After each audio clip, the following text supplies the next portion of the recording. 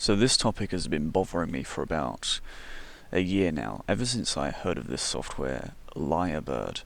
What this basically is it's an API that allows you to feed it a minute's worth of yours or someone else's voice. Then it will recreate that voice, even giving it emotion and copying your inflections, making it sound uncannily human-like. Though this is still imperfect at this stage, it's only a matter of time, like with many other technologies in the West, that this will significantly improve. The United States is considering, in addition to other options, stopping all trade with any country doing business with North Korea.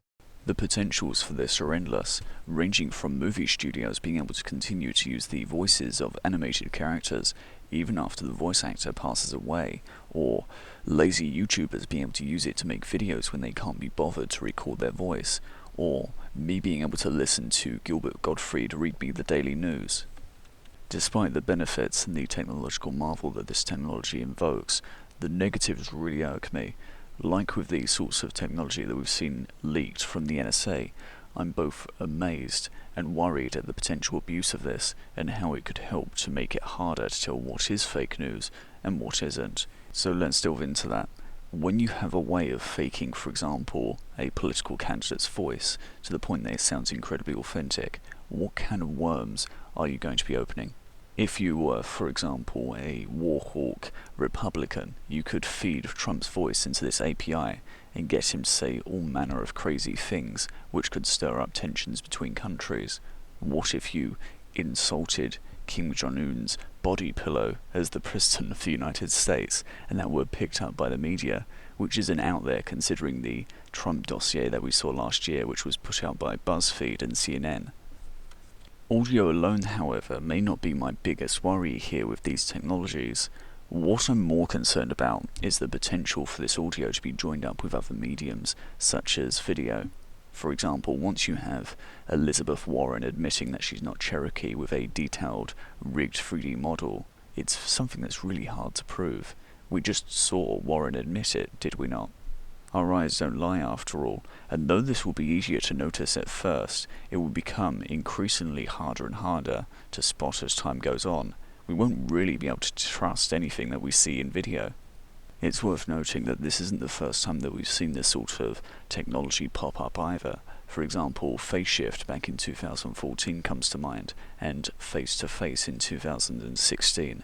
From another perspective, this will create another big problem, namely that if you have a leader who has said something controversial, they can now claim that a computer made them say this. What will be real and what will be fake? And how would we be able to tell outside of credible logs? Will most people have the time to be able to research if a quote is fake or not? And what about the more subjective ethical questions such as, do we own our own voices? Should our voices be copyrightable? And if so, what if someone else had a very similar voice to you? How would it apply then? There are other avenues of abuse that will come with the advancement of this technology. For example, this will render voice passwords useless. Though they're easily crackable nowadays, with phone scams that attempt to trick you into saying yes, this technology will make that a lot easier. What about for sexual assaults, where a slimeball could easily fake consent for his or her actions using this? With the emergence of the Internet of Things and its reliance on voices, you could easily fake someone else's voice and gain access to things that you shouldn't have access to. Or what if a rogue government agency wants to justify their agenda by faking a speech of a foreign leader? The possibilities for abuse and manipulation are endless. This will also make people far more easily dismiss evidence about things said that were caught on tape. You could easily look through this list, for example, on my site, and then claim that the videos on this page were doctored in this way. Even if these videos were released way before this technology became popular, it creates that sort of excuse. Though these are still far from perfect, especially for our interpretation, it's only a matter of time until these technologies grow to the point where we can't tell if it's real or not. Even about 2 or 3 years ago, researchers at the University of Alabama at Birmingham demonstrated that voice impersonation attacks could easily be crafted to fool automated systems between 80 and 90% of the time, and human listeners about 50%.